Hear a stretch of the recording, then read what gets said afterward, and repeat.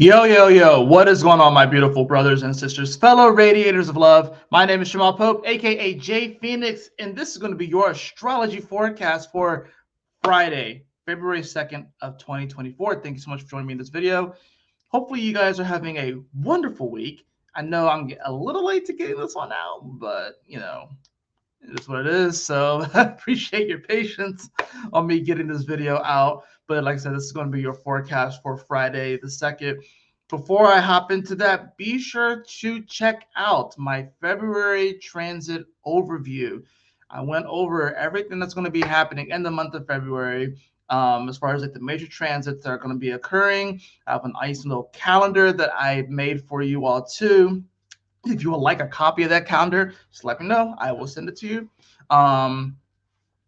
But otherwise, you have it right there. Also, if you want a copy of my starter astrology guide, let me know. I will send that to you for free.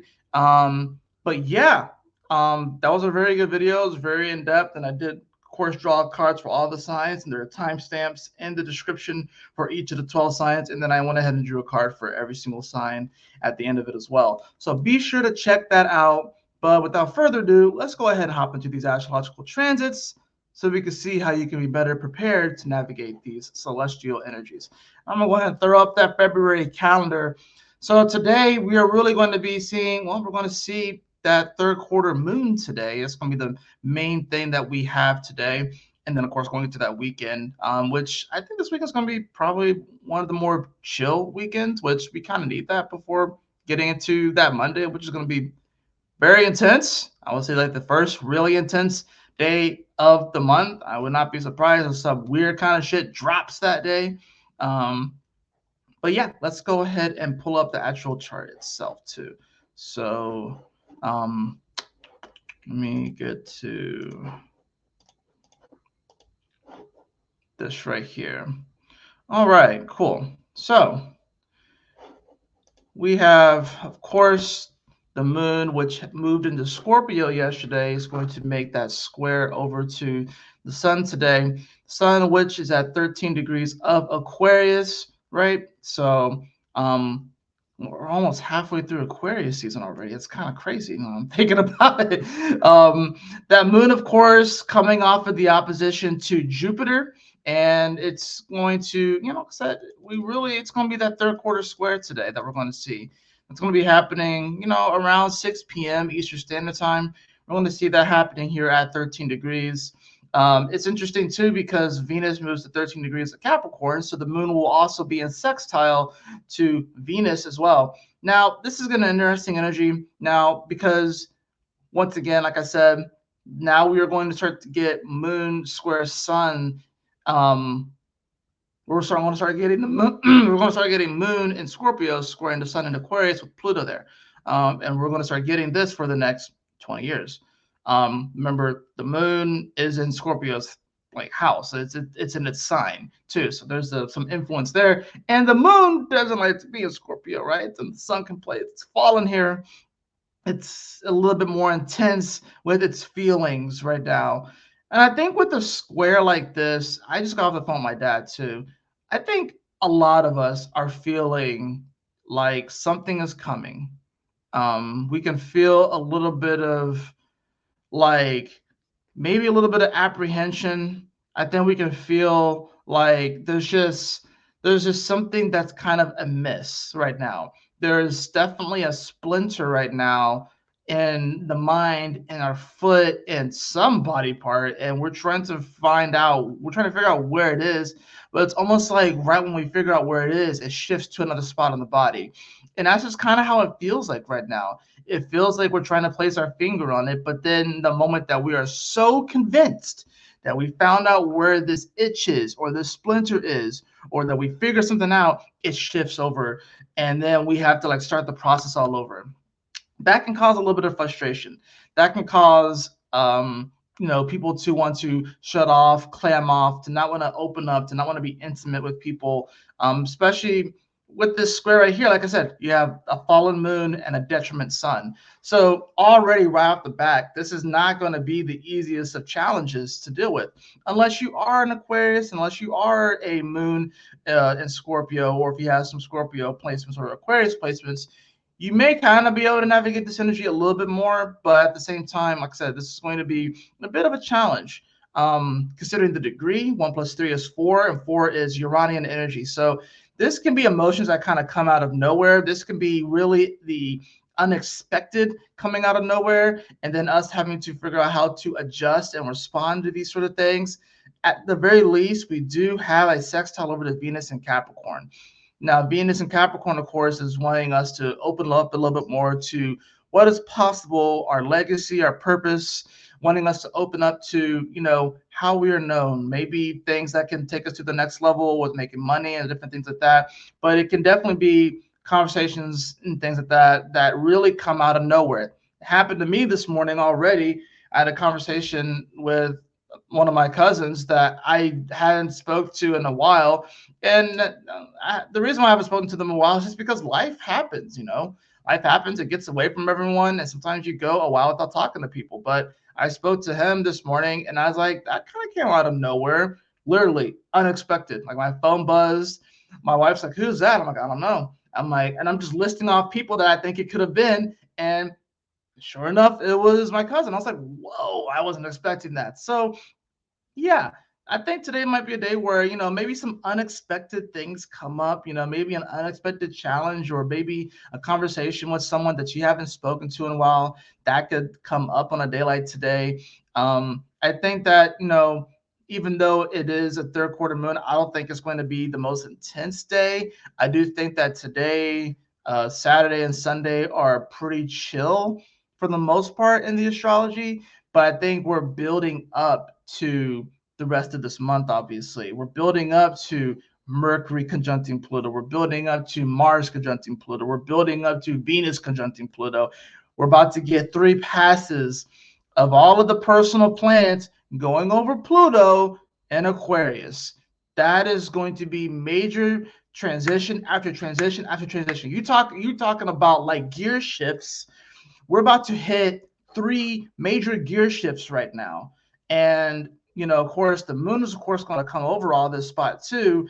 And we're going to come into that new moon in Aquarius, which is going to be happening soon. But yeah, we're going into gear shift after gear shift after gear shift. And it's going to be very interesting to see how this all plays out. I think the best way to kind of navigate this is to just, because it's Aquarius energy and because Aquarius is very unorthodox, outside of the box, Uranus, the ruling planet, spins on its side. It's unexpected, it's quantum, it's electrical. This is one of those moments where it's like you kind of have to expect the unexpected, if you will.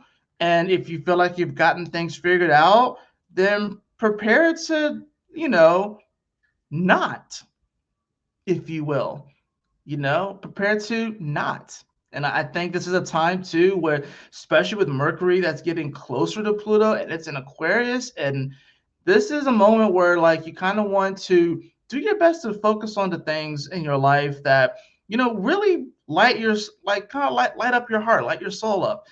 Focus on the things that are positive, focus on the things that make you happy. Do your best to wake up every day in a happy, uplifting mood, because when we get all these passes over Pluto, you're really going to feel it. Now, a lot of people haven't really felt Pluto going into Aquarius, and a lot of people, because remember, Pluto is a subtle energy, right? So now if you're in tune, if your intuition is up, then you definitely feel this Pluto in Aquarius. You definitely feel that the world has shifted. You definitely feel, especially with that Sun Pluto conjunction that happened at 29:59 at Capricorn, you definitely felt the collapse, like oh shit, this thing's actually done. Like it's actually done. Now we're moving into the new era. But now you're going to start to see everyone else that's not necessarily as in tune and not necessarily as aware start to become aware, because the personal planets are about to meet up with Pluto and Aquarius. So Mercury is going to meet up with this. So it's going to come into everyone's mind. And then you're going to have Mars is going to meet up with it. So it's going to be the more action-oriented aspect of it. And people are going to start to act on it. And then Venus is going to come into it. And then it's going to be the more receptive quality and people opening up to the new reality. But it's going to hit the mind first. Then it's going to hit Mars rules the head, so people are going to kind of get things in their head and want to act on certain things, and it's going to hit Venus, which is more of that receptive quality. It's about to pop off. It's about to get pretty wild, right? And we are building up to that energy, right? So, just be wary of that. Just be wary that a lot more people are about to become aware of Pluto in Aquarius, because you got to remember, like, if we just take a look back to last year when we had this energy, right? We really did not have. The only planet that, see, we didn't have, when Mercury conjuncted Pluto, it wasn't even in Aquarius, right? Pluto hadn't made it to Aquarius yet. It was still in Capricorn. Mars was over here in Gemini. Venus was over here in Pisces. So the only thing that people maybe, like, I guess, thinking or mentally kind of aware of was this Pluto at the end of Capricorn. That's what people were aware of, because you didn't see Pluto hit. I mean, you have the moon, so people can kind of feel it, if you will, but we didn't see it until March is when Pluto came into Aquarius. Mercury was in Aries, Venus was in Taurus, Mars was in Gemini. All we had to go off was the moon, and the moon moves fast. And if you're not in tune with your emotions, then you didn't really feel that shift per se. Subconsciously, you might have felt the shift, but consciously, probably not so much. Now, we are about to feel the shift a lot more. Now, we are going to feel, like I said, we're going to feel this shift a lot more, because the personal planets are about to come over Pluto. And that's what we are gearing up for. People are about to seriously become aware of the new age of Aquarius and what is going to go down. What are the new rules? What is the new way of doing things? The new energy. People is about to become more and more in people's consciousness. And for some people, they may not necessarily be ready for that. And they may respond, and I'm not going to sugarcoat it, a volatile way. So we have to just be wary of that and be careful of that. I don't want to, like, fearmonger or anything like that. I'm just delivering the astrology and what I see, right? So I'm just saying, people are going to start to really feel more and know more about the Aquarius energy. And Aquarius energy is literally ahead of its time. Saturn rules Capricorn, and Saturn is time. Aquarius is ahead of its time. That's why Aquarians kind of feel like they've been gypped in this life, because a lot of the cosmic information, the cosmic knowledge, and the way that they communicate and their cosmic language, trying to integrate that into this plane of existence. There's a reason why Uranus falls in Taurus, and Taurus is the Earth. It's because trying to take that information and trying to translate it here is really, really difficult. And that's why people think that Aquariuses are weird and rebels and outside the box, because they spin on their side, they think a little bit differently, and it's hard to integrate that knowledge here. But it's happening whether we like it or not, and it's happening more and more and more. And we're going to start to become more aware of these higher cosmic principles. And that's what's going down right now. And a lot of these higher cosmic principles do not align with the society that we have created. They are diametrically opposed. And that is the battle right now that's happening on this plane of existence, and why so many people are, trying to, I guess, figure out where they align and where they're going to fall within this greater battle. That's what's happening right now. So no pressure. But it's that third quarter square, and with that moon in Scorpio to the sun, the moon's in Scorpio, we definitely are feeling a lot more emotional, a little bit more deeper on things. And there may be a tendency to want to kind of shut off, clam up a little bit. And we really only want to be intimate with the people that really, really matter to us, the people that really, really get us, especially with the sun and Aquarius. We're all being asked to think a little bit differently, think a little bit more outside the box, and kind of approach this from a lot more innovative, creative space. It's about, connecting with the people that get your weirdness. So let's hop into the cards, shall we? Let's see. All right.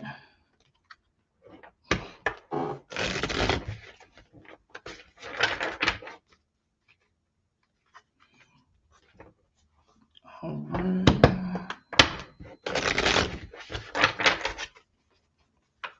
All right, let's see what we got here. Yeah, I have the Seven of Swords in reverse.